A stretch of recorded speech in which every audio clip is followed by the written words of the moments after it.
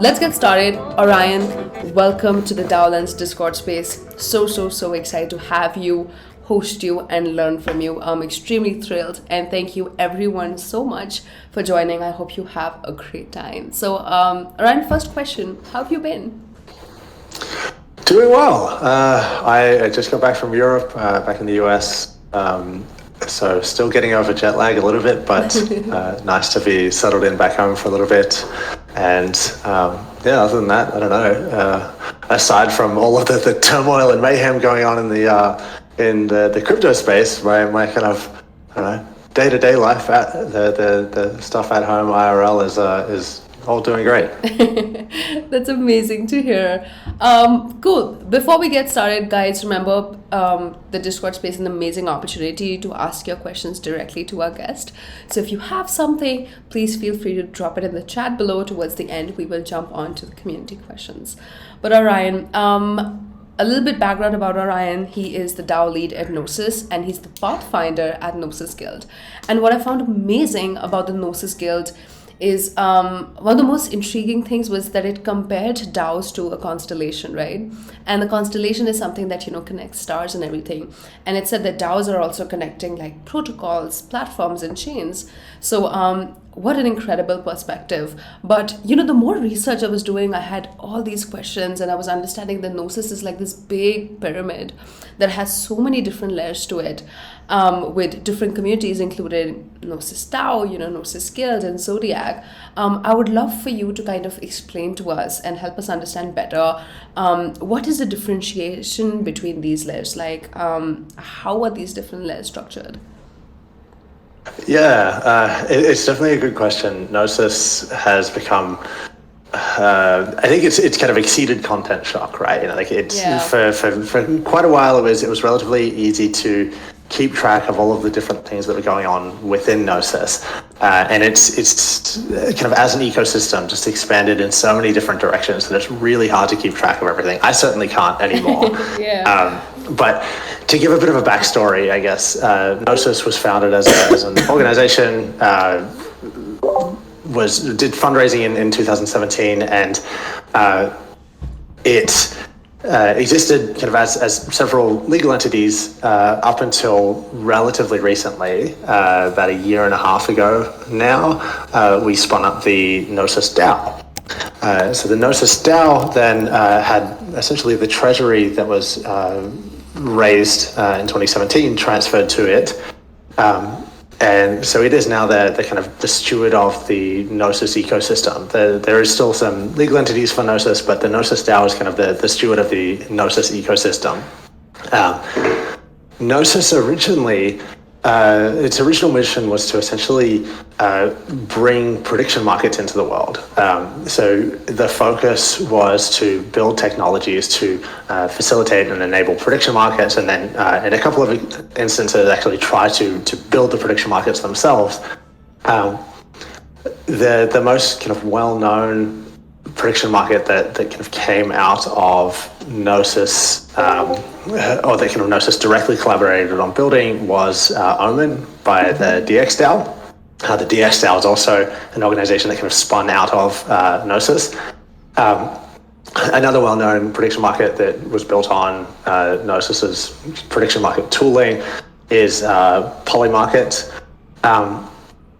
But what ended up happening is that Gnosis was so early in kind of Ethereum's life cycle that a lot of the really critical infrastructure that it needed to make prediction markets didn't exist. And in particular, one thing that did not exist was really robust multi-sig wallet technology, smart contract-based multi-sigs. So one of the first things that Gnosis built that actually gained a whole bunch of traction was not the prediction market tooling, but actually the original Gnosis multi-sig, which ended up being the default place for a whole bunch of people to store their on-chain assets.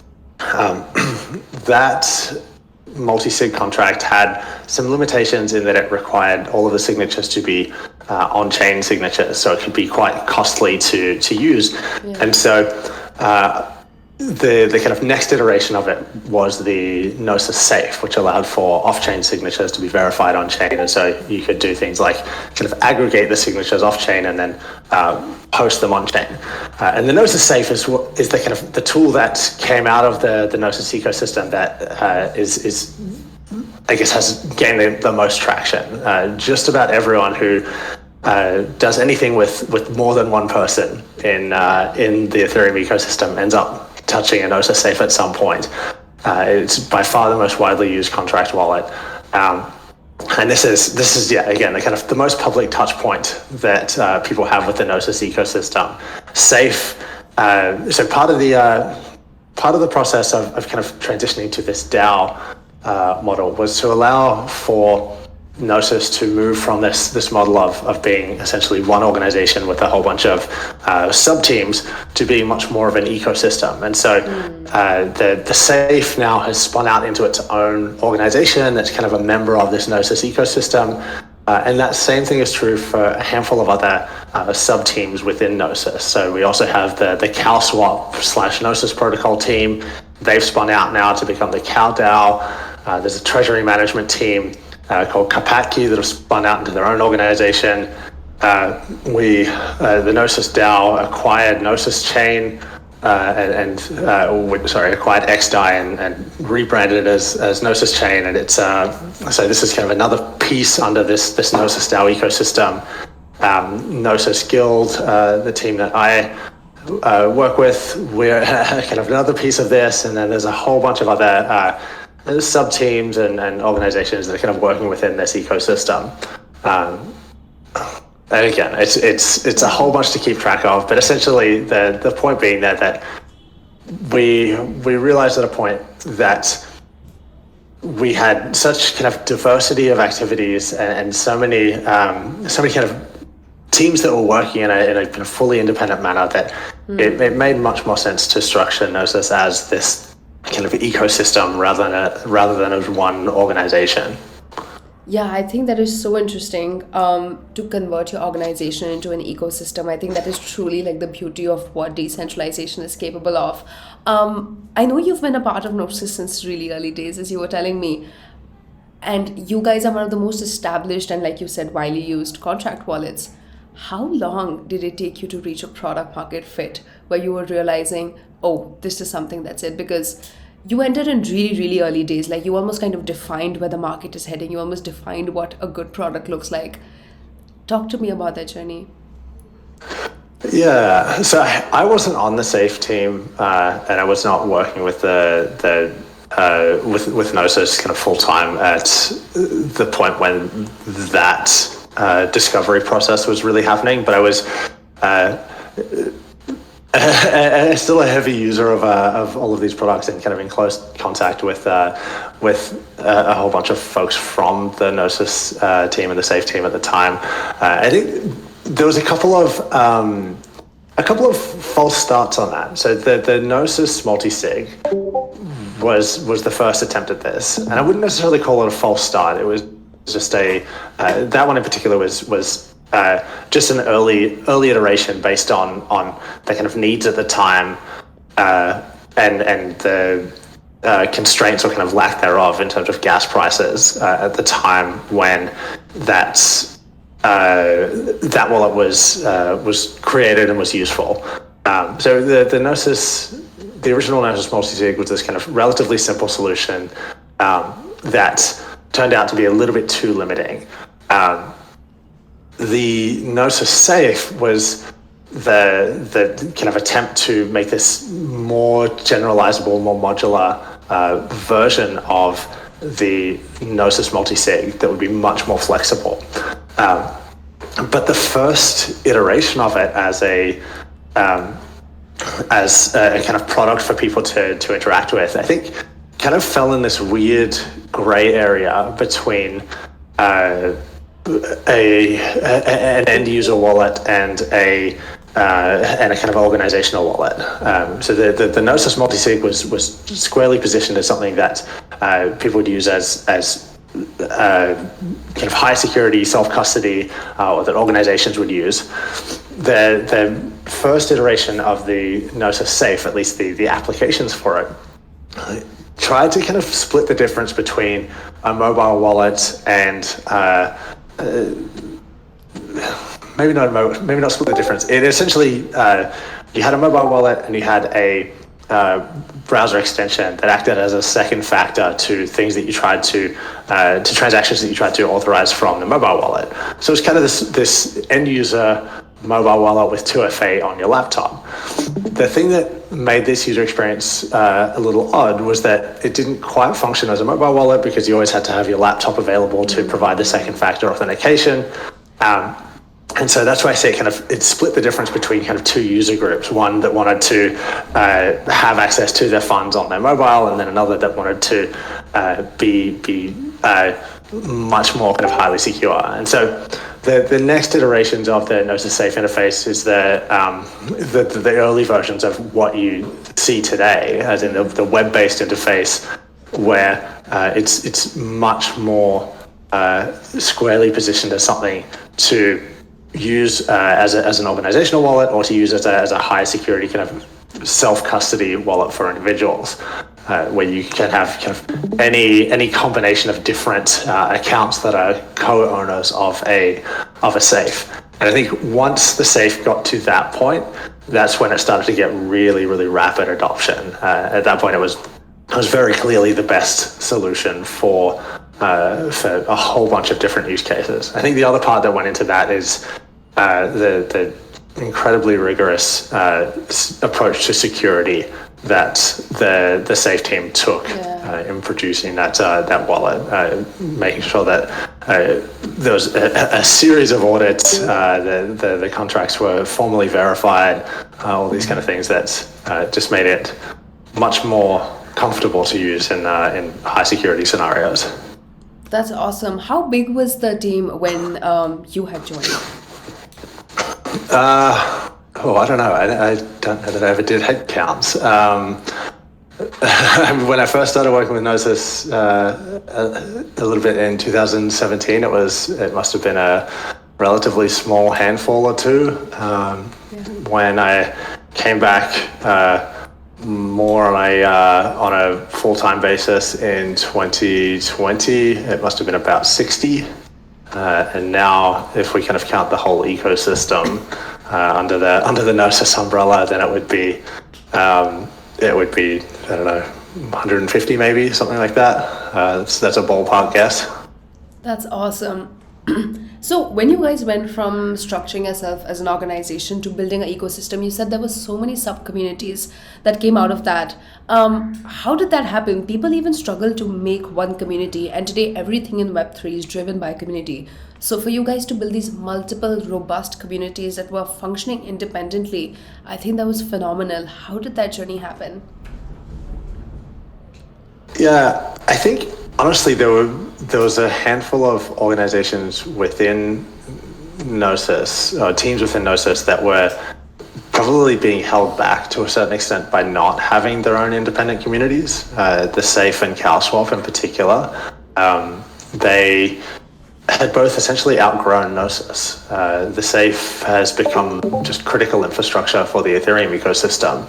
And so having it kind of housed within the Gnosis community, having it as just its Discord presence, for example, just being a channel within the Gnosis Discord was kind of really limiting to how well it could function, how well it could grow. And so having that spin out into its own separate entity and having its own separate presence on Discord and Twitter and kind of every other public touch point, I think really allowed it to flourish. The same is definitely true for CowSwap.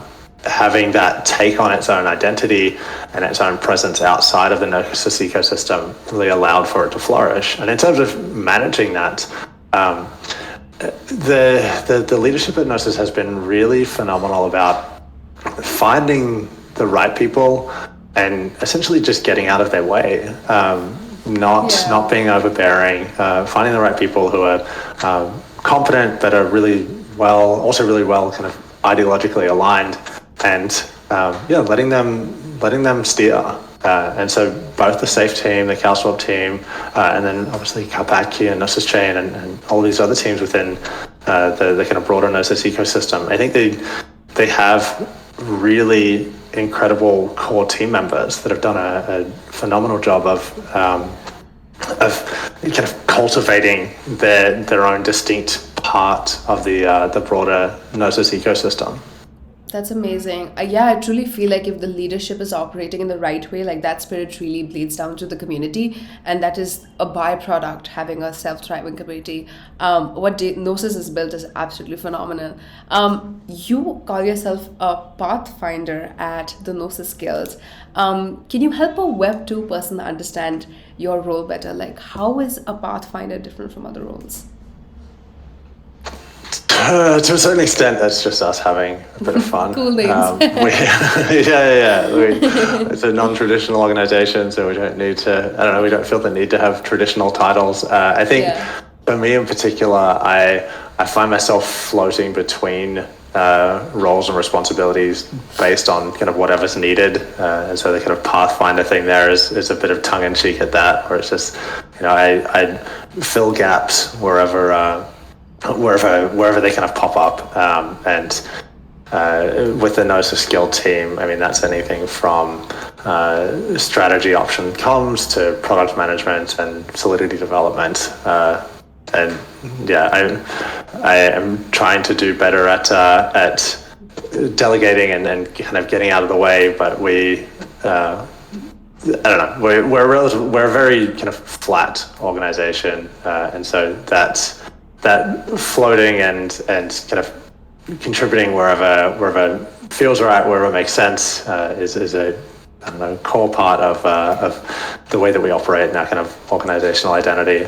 And I think the same is true for most of the folks on the Gnosis Guild team. Everyone has some core competencies, but there's very porous boundaries between different roles. Everyone kind of feels very free to kind of contribute wherever they feel like they can add value to an effort.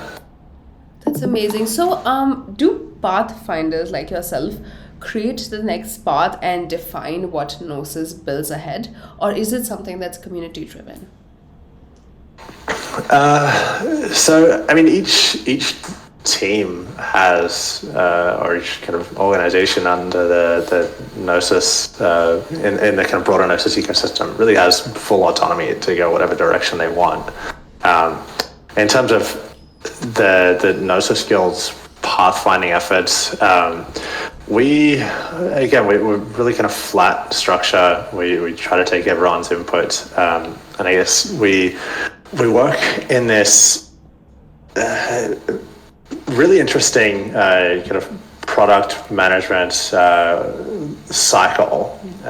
We have some stuff that we've written up on it that we'd like to share at some point, and just kind of haven't gotten around to publishing it on our blog yet. But to give a kind of quick overview, it's based off of Basecamp's Shape Up philosophy, which is essentially these 8-week cycles broken down into two parts. One is this kind of building working phase, and one is this cool down phase. And so this kind of building slash, I guess, shaping phase, you have kind of two distinct tracks going on in parallel. One is building whatever we've decided to work on for this cycle, and the other is shaping whatever we might decide to work on in the subsequent cycle. And so for the most part, anyone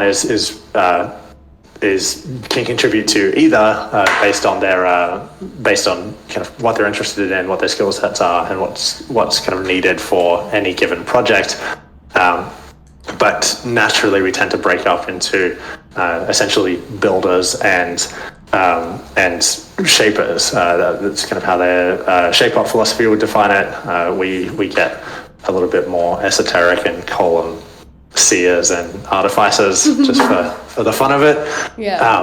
But yeah, so what we tend to do is during that cool down period, we hold this betting table, this kind of, what did we call it last time? Our prophecy commitment ceremony or something like this. My gosh.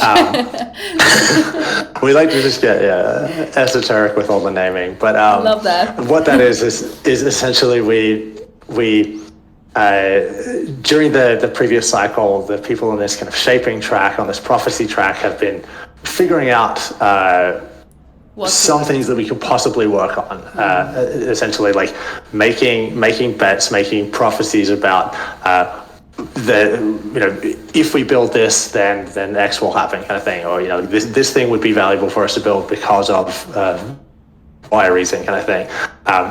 We then go through this process where we essentially vote on which things we want to build and kind of allocate the resources we need to it in terms of people to work on the various different projects, and then spend the next 6 weeks working on whatever those projects are, and that process just repeats indefinitely. So we plan about 6 weeks ahead at any given time, and then beyond that have no roadmap or anything like that. It's just the roadmap is emergent from whatever we identify as the kind of needs for the next 6 weeks. Super interesting. So you guys are building these tools. I read that you build tools that you work with, but who is it, like whose need are you looking at when you're building these tools, like other DAOs? Yeah, so we're in this interesting position where we can essentially do mostly needs-driven development for the GNOSIS DAO. So the GNOSIS DAO manages this humongous treasury that Gnosis has kind of accumulated over the last several years, from the fundraise and then from very well-managed treasury management. And so, the Gnosis DAO's kind of mandate is to manage and use that treasury, and then to essentially support and grow the Gnosis ecosystem.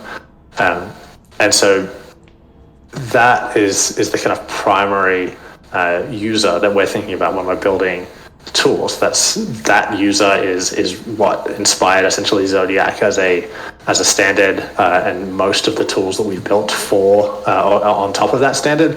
Yeah. But then otherwise, we kind of just observe DAO use cases generally, and think about things that may be useful in the context of GNOSIS DAO, may be useful in the context of other styles of DAOs, and things that we just want to see in the world.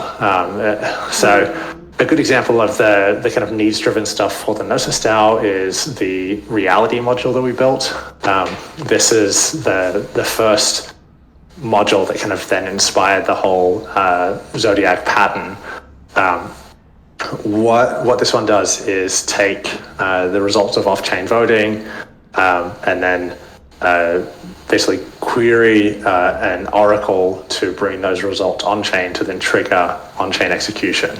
So it allows us to do things like use off-chain voting on Snapshot to trigger on-chain execution in a Gnosis safe, which is really great because for a couple of different reasons, but primarily because it means that we can have a really low barrier to entry to participating in voting. There's no gas costs, which is not the case for on-chain voting, and in periods of kind of high usage, it becomes a restricting factor to who can participate.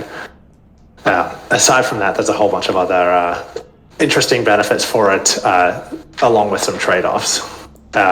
Another good example of this kind of needs-driven development is our roles module that we built, which allows for really fine-grained access control in the context of a safe. So you can have basically this module that allows you to define a role.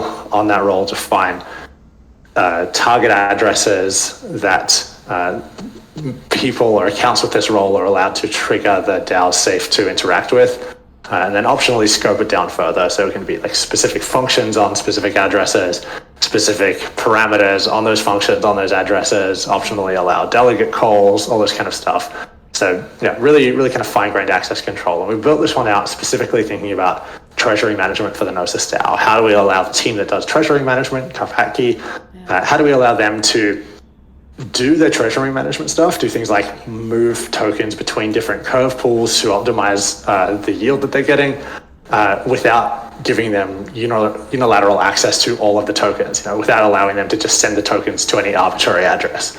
And so this roles module was our way of enabling this. We set up this this kind of role that has that enables them to do the things that they need to do, but nothing else. And so, yeah, because of that, they're able to do this kind of non-custodial treasury management in a way that wasn't really possible before. How interesting. You guys are almost like self-sustainable. You are figuring out where your pain points are. You are inside building it and implementing it. That's so interesting. We at DaoLens, I feel like, are also really trying to find out what are the biggest pain points that DAOs are facing and build on it. Like we realized onboarding was such a challenge, just a few months ago, but the system keeps on evolving. And now we've realized that DAOs are in a place where they don't want new members, right? They are super happy with the 10, 15 people they have, and they just want to, kind of manage around that. So I was also wondering, what does a day in the life look for you as a Pathfinder at GNOSIS DAO? Yeah, I mean, like I was saying before, I kind of wear a bunch of different hats and kind of rotate between responsibilities pretty frequently. So a day can be really varied. I might spend a day just writing Solidity or testing Solidity. I might spend a day just focusing on legal or operational things. I might hop back and forth between those things. I might jump into some comms related stuff or do an interview it's really, really varied, but that's part of what I like about this work as well. Awesome. So what does the day-to-day operations look like for the GNOSIS Guild? Like, how is it that you guys are doing? Is it few people who are making the decisions, or do you still have like proposals and voting and all of the, stuff that a DAO does? Yeah, so like I said before, we use this this kind of shape-up methodology, and that's essentially how we structure the entire process of deciding what we want to work on. So that constitutes our kind of operational work. The exception being obviously, the organizational side of operational stuff, like as in hiring and all that kind of stuff. And that as of right now still has a pretty traditional feel to it, where there's a handful of folks on the team that's their kind of core responsibility. But I think that will probably change as GNOSIS Guild becomes more DAO-like as well. So I mentioned the SAFE team and the CalSwap team kind of spinning out of GNOSIS, becoming their own entities, becoming kind of more DAO-like. This is a process that GNOSIS Guild will likely go through as well. So right now it's essentially a sub-team within the GNOSIS organization, and it will evolve into something more independent at some point, and I think at that point start to resemble something much more DAO-like. Right. Jumping on to FTX, right? We're all aware about the debacle that happened with FTX, and I was wondering, I'm sure you've kept up with all the news. There's so much negativity in the space, but I feel like this was an important time to reflect for a lot of people, and we were understanding how important it is to be transparent. But mainly about security, what is it that you feel like other DAOs can learn from this incident about security? Yeah, I think this same kind of thing seems to play out every couple of years. And it's essentially just a reaffirmation of a bunch of the values that are the reason that the entire crypto space exists. The idea of self-sovereign finance, the idea of being able to kind of take legitimate custody of your own assets, and to be able to set up systems that cannot act outside of the way that they advertise. Be able to DeFi is a great example of this, where you have a protocol that is going to act the way that the code is implemented. It can't kind of say one thing and do another. Obviously, there's some gotchas there in terms of bugs and all that kind of stuff, and those pop up every now and again and cause some catastrophe as well. But yeah, I think the big learning from this for a lot of people is just again reaffirming why crypto exists, the ability to take custody of your own assets and to participate in systems that are transparent and kind of cannot be evil, cannot act outside of the way that they're intended to act, is why it's here. And I think ultimately, I would say FTX was not crypto. FTX was traditional finance using crypto assets as opposed to actually being crypto or actually being Web3. Yeah, but the crux of all of this was money, right? Where FTX, I feel like, really went down is that no one knew what was happening under the table, right? And we have established the importance of being transparent. And like recently, Binance has introduced proof of reserve. So I was wondering, how is GNOSIS at this point helping DAOs become more transparent? I mean, I think if they're operating as a DAO, they're transparent by default, right? Everything that the GNOSIS DAO does, at least financially, is on-chain.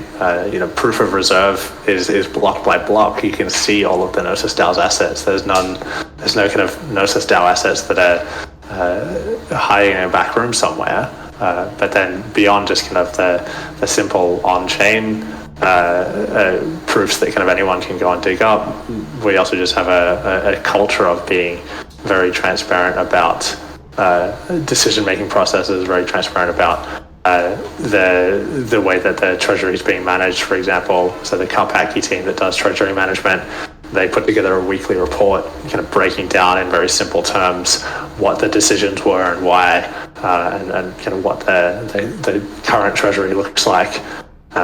And so I think, the GNOSIS DAO, the GNOSIS ecosystem, I guess, very much tries to lead by example there in terms of creating this very transparent, very easy to understand organization from a financial perspective, even if the ecosystem itself is big and has lots of moving parts and it's pretty hard to follow. Yeah. My follow-up question would be, how autonomous is GNOSIS? Because what we were finding out is how DAOs usually operate is when there's a proposal that's being floated and it's all voted upon, it's all agreed, the money doesn't really come to the person who's got the proposal. There is still a little bit of a central team which says, yes, let's transfer the money. And if we were looking at Nouns DAO I felt like was one of the only, and excuse my ignorance, but I felt like Nouns DAO was one of the very few people who I felt like were truly, truly autonomous. Like if a proposal gets floated, money actually get debited. But one interesting thing in the smart contract is that the few people who hold the Nouns NFT have this thing in the smart contracts where they have the right to veto at any point. And I feel like that is just one way for them to ensure like safety and security. So what is your opinion on like how autonomous are DAOs? Like how autonomous is GNOSIS when it comes to something like this? Right. I mean, so in general, yeah, there is a bit of a pattern of this where things kind of labeled as DAOs are often a snapshot space and a multi-sig, and there's no kind of formal link between the two. Something gets voted on a snapshot and it's up to a team of multi-sig signers to actually execute whatever the community said that they wanted them to do, but no kind of formal connection between the two. The GNOSIS DAO kind of exists in a midway point between that. So we built this reality module specifically for this problem to kind of connect that off-chain voting to on-chain execution, and to do it in a way that is fully autonomous. So proposals that are passed on snapshot, on the GNOSIS DAO snapshot, if they have a transaction payload that's valid attached to it, then that can be executed fully autonomously and is executed kind of fully autonomously. But there's also, in parallel, a group of multi-sig signers that have the ability to veto malicious proposals coming in, and to kind of execute things autonomously. They don't because they haven't needed to in terms of vetoing and kind of out of principle for executing things autonomously. And I think at some point the GNOSIS DAO should probably make a proposal to kind of restrict their abilities, but hasn't seen a need to yet. But I think the way that we think about this from Zodiac's point of view is essentially as a spectrum or as a kind of progressive decentralization journey. So an organization often will start out as one or a small handful of people, and then slowly kind of grow, kind of bring in community members, and then eventually kind of want to start handing over some control or kind of giving some autonomy to the community members. So one example of a progressive decentralization journey like this might be to start out as a multi-sig, then to add a snapshot space to give kind of some informal voice to the community. I think this stage is where a lot of organizations get stuck or kind of never progress beyond. But the next logical step would be to add some formal connection between the two. So this reality module where now you get on-chain execution from your off-chain vote. Next step might be to limit what the multi-sig signers can do, so restrict them to only calling the veto function on this reality module, so they can veto malicious proposals, but they can't just kind of execute any arbitrary code. Yeah. Next step might be to remove the multi-sig signers altogether, or to add some other on-chain voting mechanism, or it branches infinitely from there. But this kind of progressive decentralization journey is how we like to think about that. And I think that earlier stage before there's kind of formal links between the community and the DAO's contract, I'd maybe refer to them as kind of aspiring DAOs as opposed to kind of true DAOs. But yeah. Absolutely. I think progressive decentralization is where it's at. I feel like a lot of people are truly learning how is it that they should operate autonomously, because it's not easy. It's not easy to just kind of give the control to the community and, not have some sense of control and ownership.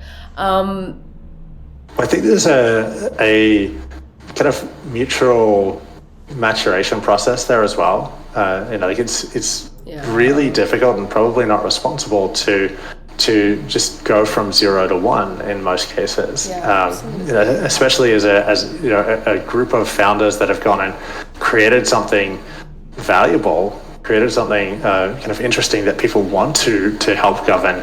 I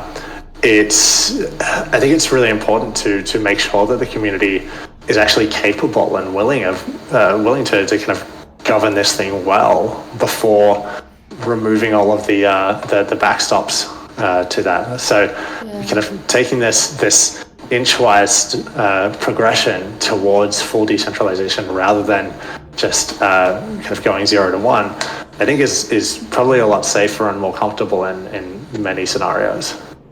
Absolutely. What would you say is your vision for GNOSIS? You guys have built a phenomenal product, but what lies ahead? I don't know. I mean, in terms of vision for GNOSIS, I think it's for the GNOSIS DAO.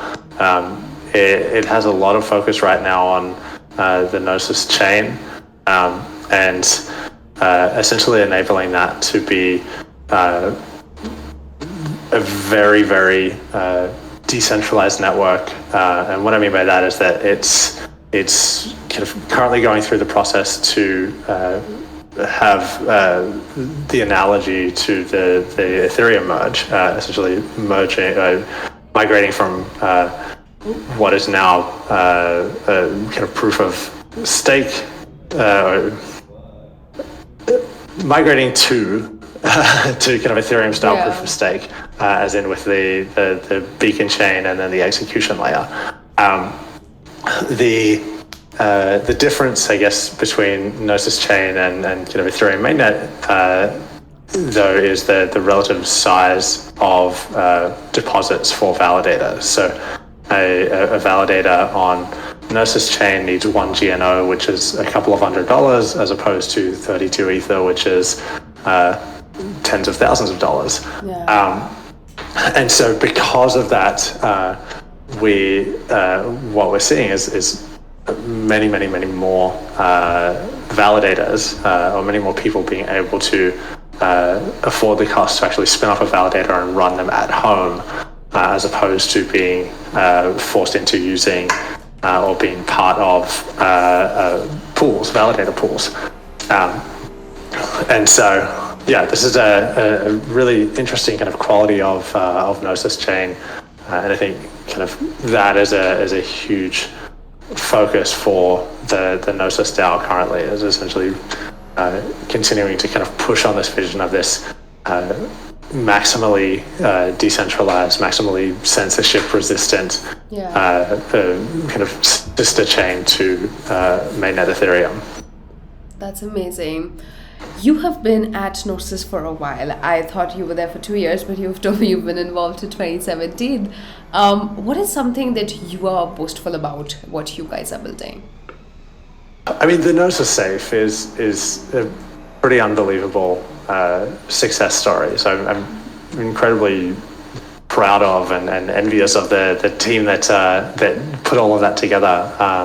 It's gotten to the point now, like I said earlier, that it's legitimate kind of core infrastructure for the Ethereum ecosystem, and yeah, that's an incredible achievement. And I say for the Ethereum ecosystem, I really mean that in the kind of broadest sense there, where it's become critical infrastructure for every new kind of EVM chain or layer that pops into existence, where, you know, like, in order for protocols to deploy their contracts to a new layer, they often cite the safe as a core requirement, because they need it to be able to secure their protocol. And so, yeah, having kind of reached that point, I think is phenomenal. Outside of that, I think the thing that is maybe less obvious externally is just the culture within Gnosis. I feel incredibly lucky to be a part of such a I don't know, just interesting and effective culture. It's one, like I mentioned earlier, where kind of folks are brought in and given the space to explore and to execute on their mission, kind of as defined by the leadership within the organization, but also as kind of defined by themselves.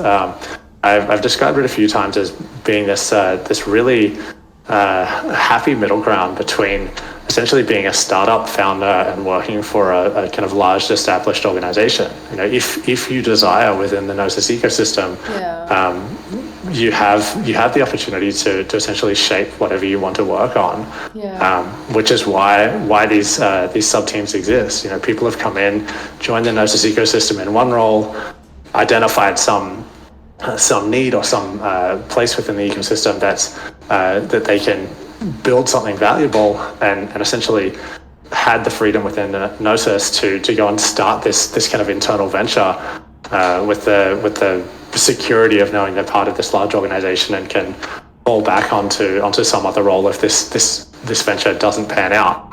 And I think having that combination of flexibility and security has allowed for things like the Safe and CowSwap and Kopatki and whatnot to exist and to thrive.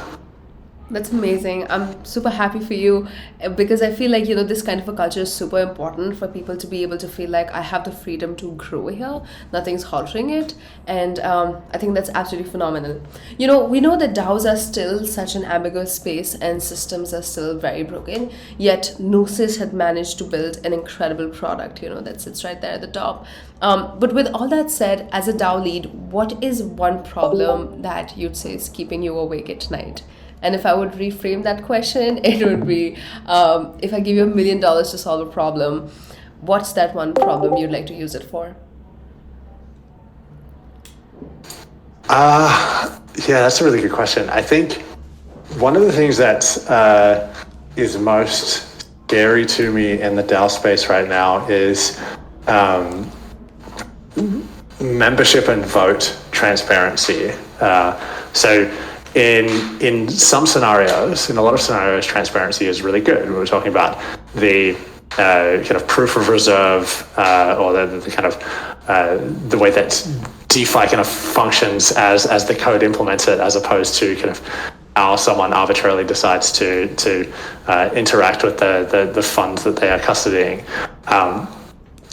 The kind of dark side of transparency is that it, in some scenarios, becomes an avenue for corruption and collusion, and in particular for in the case of voting and decision making in DAOs.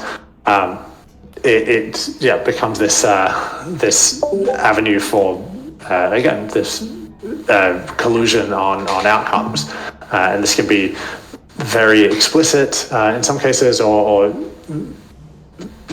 happen kind of entirely under the table and be not obvious at all. But the solution to this is essentially private DAO voting, as in being able to cast a ballot and know that the vote is counted correctly, but not be able to prove how you voted. So there's a really good reason why every respectable democracy in the world uses a secret ballot, and it's for this exact reason, so that you can't do things like effectively bribe people to vote a certain way or coerce people to vote a certain way. And then I think I talked about membership briefly there as well. I think the unfortunate reality is that there are DAOs out there that are doing things that exist in kind of legal gray areas right now, or kind of depending on their jurisdiction, legal gray areas that maybe are okay now, but maybe will not be in future. And kind of having your membership in organizations be publicly visible, I think is a risk, and something that ideally would be great to be, something that people can kind of optionally choose to expose if they want to. And so I think that the kind of privacy aspect of both voting and membership is the thing that's most troubling for me at the moment. And if I had a chunk of money to focus on something specific, that would probably be it. Gnosis Guild is doing some work on this for private voting. We're kind of running a proof of concept for private voting at the moment. We haven't started to tackle private membership yet. So if someone else is looking for something to work on, I think that would be a really great thing to experiment with. Essentially DAO structures where the membership and all the voting is private. Amazing. Thank you so much for sharing that. Let's jump to our really interesting and fun activity, which is looking at the DAO tooling landscape. I am going to pull out a picture for you, and from that you would choose your top 3 DAO tools, and you would be roasting 3 tools. Give me a moment to share my screen. All right, DAO tooling landscape. I guess I got to give a shout out to Colony. I used to work at Colony and still contribute to it some, and I'm very fond of it. I think it's really underrated. I think the reason that a lot of people got involved in the DAO space, the kind of vision that Colony that Colony communicated, similar to Gnosis, they got involved really, really early on, and so a lot of the kind of core infrastructure that they needed to build the product to kind of fulfill their vision didn't exist, and so they similarly have had a couple of false starts in terms of the pieces of their tech stack, but it's a really compelling vision, and it's a product that's slowly making its way towards that vision. Essentially, Colony is trying to build this, is very opinionated about kind of what optimal organizations should look like, and is just trying to build these meritocratic organizations where you earn kind of a stake in the organization, kind of both control and economic, by contributing to the organization. So your merit is what gives you control and financial stake in the organization. It's a really, really elegant design. Anyone that has not done it, I highly recommend going and reading their white paper and jumping in and having a play around with the product. Let's have a look. Another one on here, Radical, in the middle section there, content product. Radical is this tool for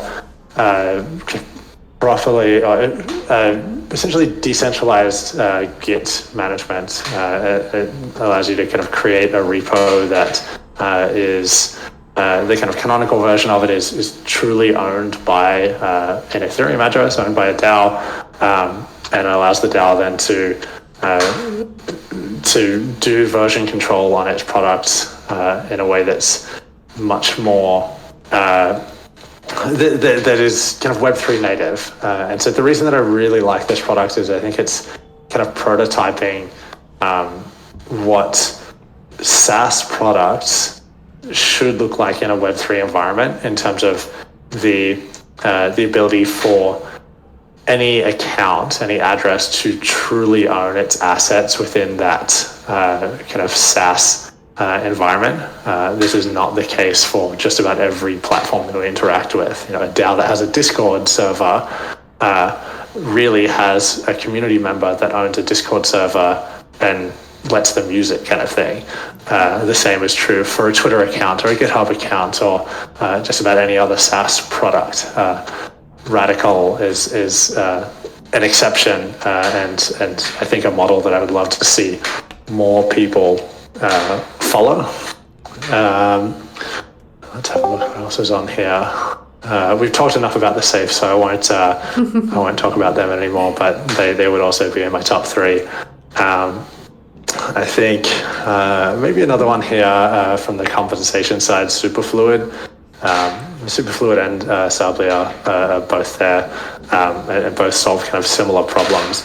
But essentially, I really love both of them, actually, Superfluid and Sablia.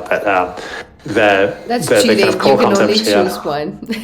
yeah. The core concept here is essentially money streams. So kind of having money flow in a kind of very liquid way, as opposed to having to move it in kind of granular chunks. So with Superfluid, you can set up a stream of funds to someone where you define the rate at which funds move from your account to their account.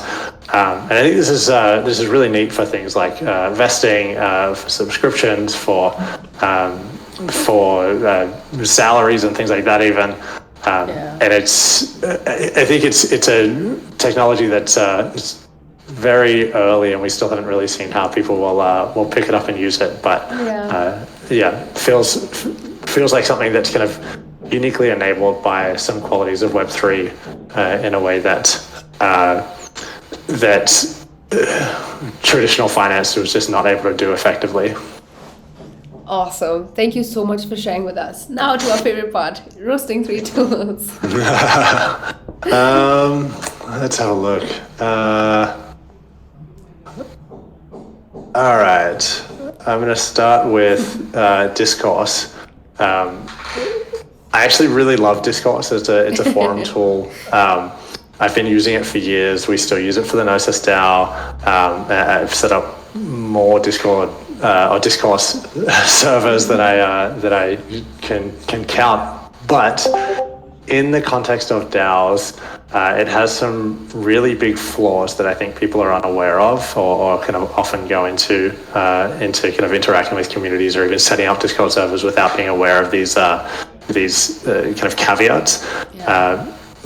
Partially, this is the problem that I talked about with Radical, that the kind of Radical solves for, in terms of allowing the DAO to kind of truly own it. A discourse instance is some person running a server with discourse on it. Kind of whoever controls that server, controls the database on that server, whoever the admins are on the discourse instance have lots and lots of powers within that forum that are pretty overpowered. So a good example of that is the admin on a discourse, or the admins on a discourse instance can do things like impersonate a user. So I can log in as an admin, and I can go to someone's profile and I can hit the impersonate button, and now I can do things on that discourse server acting as whoever I'm impersonating.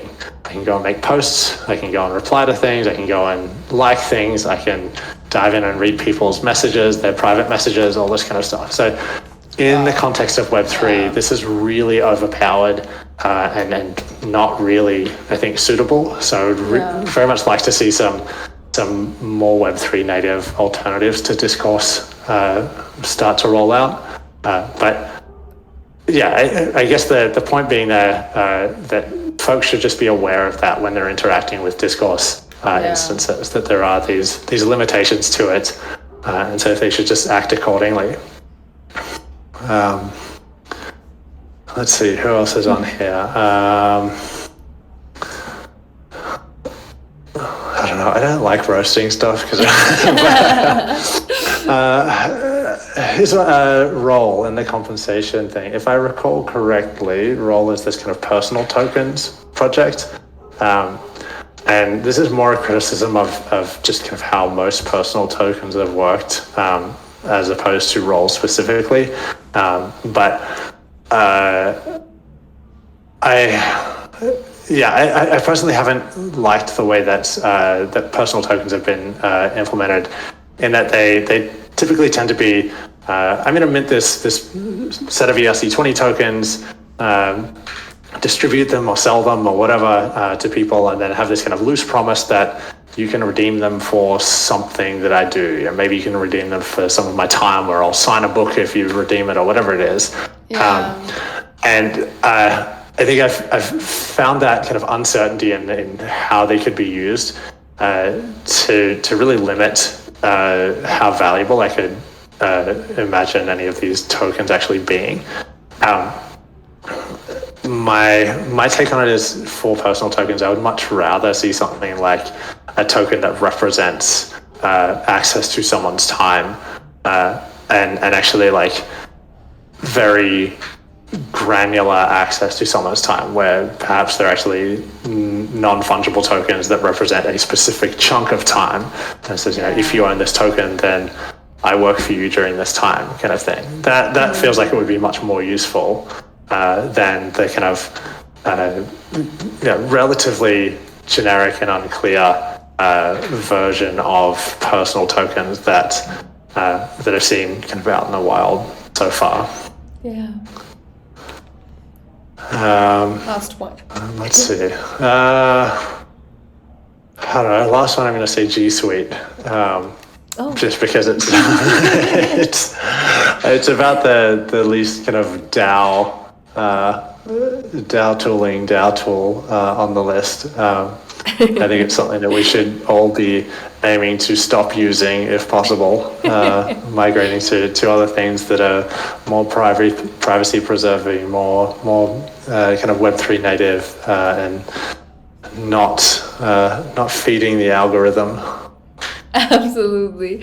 All right, this was so amazing. Thank you so much. I know it's really hard and kind of painful to roast things, but thanks for being super transparent. I know we're kind of shooting really on time, so and we have some community questions here. Let's take them up in a rapid fire round before we wrap up. So Marathon Mind asks, how decentralized are DAOs? Like, any particular data or research available on this topic that can be shared from your end? I would be glad if you can share it here in the chat. How decentralized are DAOs? I think that's I don't know. We touched on it a little bit earlier with the kind of progressive decentralization topic. There's a huge spectrum of how decentralized organizations that call themselves DAOs are. Yeah.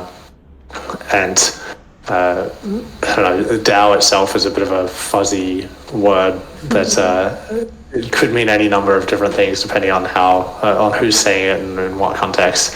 And then even DAOs that are, I don't know, you might make a kind of hard cutoff and say, okay, DAOs need to have full autonomy over their on-chain avatar in order to be called a DAO. Even in that case, I think there's still a huge spectrum of kind of decentralization, because it could be a team of 15 kind of people contributing to it, or it could be a group of 1,500 or 15,000 people contributing to it, and all having some measure of autonomy over this thing. So yeah, how decentralized are DAOs is a I don't know, really difficult question to give a concrete answer to. I'm not aware of any research on it off the top of my head, but I'd be very keen to see some if anyone has some. Amazing. So I don't know, Crypto asks, are you for or against complete decentralization in DAOs? Yeah, I think that I'd probably think about it less in terms of safety and more in terms of efficiency.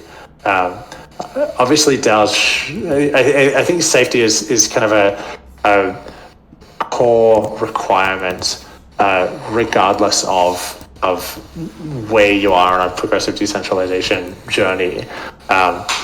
But efficiency is the really important piece to think about when you're making kind of compromises on who gets to make decisions on what.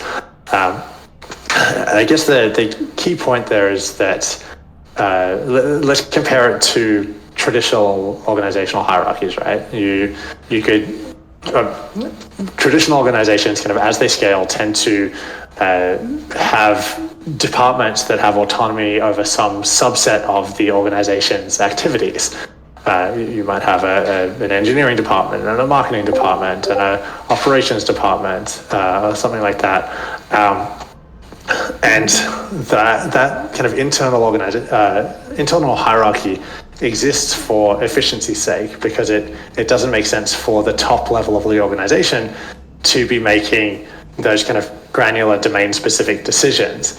Yeah. I think the same is true for DAOs. For DAOs to scale beyond a handful of people or a couple of handfuls of people, they need to set up practices that allow them to operate efficiently. It doesn't make sense for the top level of a DAO to have a top level proposal on every finite activity of the or every kind of granular activity that the DAO's undertaking. And so I tend to think about the top level as something akin to the board of directors in a more traditional organization. And to operate efficiently, it should delegate responsibilities down to sub-teams or mechanisms that can kind of achieve the desired outcome without having to have the input of the entire DAO every time they want to make a decision. And kind of what those teams or mechanisms are, I think, really depends on the activity that needs to be kind of undertaken, and the speed, comfort trade-offs that the DAO is willing to make in order to get the outcome they want. Absolutely. Thank you so much for taking up our community questions, and thank you so much, community, for dropping your questions. Auryn, one of the last things I'd love to ask you is, what is your philosophy as a person? If you had access to Naval Ravikant's Twitter for one day, what would that be in a line? Oh, I don't know. I don't know. I kind of like the classic golden rule of just kind of treat people how you would like to be treated. I think that that goes a really long way towards kind of creating just a happy, cooperative world. It's not the reality in a lot of cases, but I think that's how I try to live. Yeah. Well, thank you, Auryn. This was phenomenal. I appreciate you so much for giving us your time and being super transparent with us and just being a great vibe on the chat. It was really amazing, and thank you so much that we got the opportunity to pick your brain. There's so much to learn about Gnosis, and I feel like there's so many amazing things you guys are even doing in Zodiac. Maybe we will do another episode next month where we do a much deeper dive. I think Zodiac itself has so much going on. I looked at the website and I just kept on reading, and I was amazed by how many helpful articles and the way you guys have structured yourself. Like, it's absolutely, the website's beautiful, and whatever you guys are building is really, really amazing. So thank you so much.